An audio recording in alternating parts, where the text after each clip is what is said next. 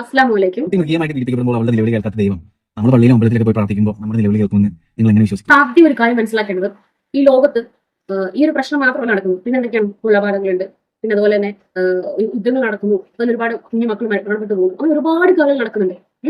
നമ്മൾ ചിന്തിക്കുന്നതിന് അപ്പുറമാണ് ഇപ്പൊ മനുഷ്യന്മാർ ചെയ്തു കൂട്ടുന്ന കാര്യങ്ങൾ, അല്ലെ?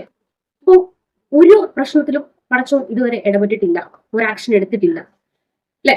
അപ്പൊ അതിൽ തന്നെയുണ്ട് ഉത്തരം. നിങ്ങൾ ചോദിക്കുന്ന ചോദ്യത്തിനുള്ള ഉത്തരം അതിൽ തന്നെയുണ്ട്. പടച്ചോൻ എവിടെയും ആക്ഷൻ എടുക്കാൻ പോകുന്നില്ല. അതാണ് പറയുന്നത്, ലൈഫ് എന്ന് പറയുന്നത് അത് അത്ര ഈസി ആയിട്ടുള്ള ഒരു കാര്യമല്ല.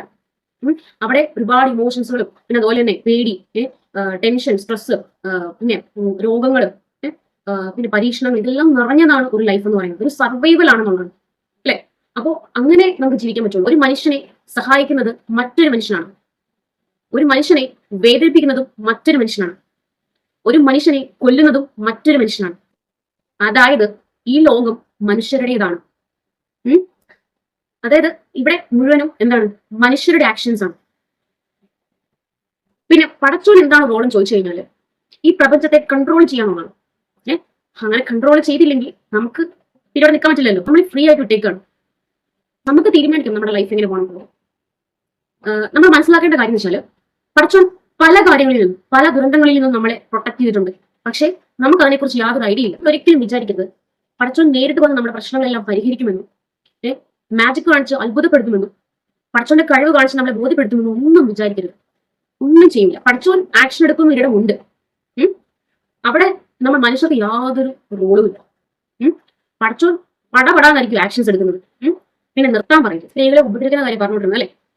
അപ്പോ ആ ഒരു വിഷയത്തില് ഒരു ചെറിയ പാർട്ട് എടുക്കുകയാണെങ്കിൽ, ഒരു ചെറിയൊരു പാർട്ട് സ്ത്രീകളുടെ ഭാഗത്തും തെറ്റുണ്ട്, അല്ലെ? ഫോർ എക്സാമ്പിൾ പറയുന്നുണ്ടെങ്കിൽ പ്രണയം തന്നെയാണ്, അല്ലെ? അങ്ങനെയുള്ള കുറെ ഇൻസിഡന്റുകൾ, അതെല്ലാം എന്താണ് കൊണ്ട് കുറെ പെൺകുട്ടികൾ മരണപ്പെട്ടു പോയിട്ടുണ്ട്, ശരിയല്ലേ? അപ്പൊ പടച്ചോൻ അവിടെ ആരോടും വന്ന് പറഞ്ഞിട്ടില്ല നീ പ്രേമിക്കണം, പ്രേമിച്ചതൊക്കെ ഏറ്റു വാങ്ങിക്കണമെന്ന് പടച്ചോൻ ആരോടും വന്ന് പറഞ്ഞിട്ടില്ല, നിർബന്ധിച്ചിട്ടു. അതല്ലാത്ത കുറെ ഇൻസിഡന്റുകൾ നടക്കുന്നുണ്ട്, അല്ലെ? അവിടെ ശരിക്കും ആക്ഷൻ എടുക്കേണ്ടത് റബ്ബല്ല, ഇനി ആരാണ്? അതെ, ഇവിടെ ഒരു സിസ്റ്റം ഉണ്ട്, ഇവിടെ കോടതിയുണ്ട്, നിയമമുണ്ട്, നിയമങ്ങൾ നടപ്പാക്കുന്ന അധികാരത്തിരുന്ന ആളുകളുണ്ട്.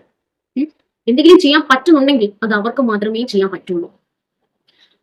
സംഭവം എന്താ വെച്ചാല്, ഇവിടെയുള്ള മനുഷ്യർക്ക് ആ സിസ്റ്റത്തിനെയോ അല്ലെങ്കിൽ നിയമത്തിനെയോ ഒന്നും യാതൊരു പേടിയും ഇല്ല. അതുകൊണ്ടാണ് ഇങ്ങനെയുള്ള ഇൻസിഡന്റുകൾ വീണ്ടും വീണ്ടും റിപ്പീറ്റ് അടിച്ചുകൊണ്ടേയിരിക്കുന്നത്. സിസ്റ്റവും മാറ്റാൻ പറ്റില്ല, അവിടെ ഇരിക്കുന്ന അധികാരത്തിരിക്കുന്ന ചില ആളുകളുടെ മൈൻഡ് സെറ്റും മാറ്റാൻ പറ്റില്ല. നമുക്കും ഒന്നും ചെയ്യാൻ പറ്റില്ല. ഇതൊക്കെ കണ്ടുകൊണ്ട് കേട്ടുകൊണ്ടിരിക്കാന്നല്ലാതെ പ്രത്യേകിച്ച് ഒന്നും സംഭവിക്കും. പിന്നെ ചെയ്യാൻ പറ്റുന്നത് 24 മണിക്കൂറും പടച്ചോനെ അല്ലെങ്കിൽ വിശ്വാസികൾ ദൈവത്തിനെ കുറ്റം പറഞ്ഞുകൊണ്ടിരുന്നത് നിർത്താൻ പറ്റും.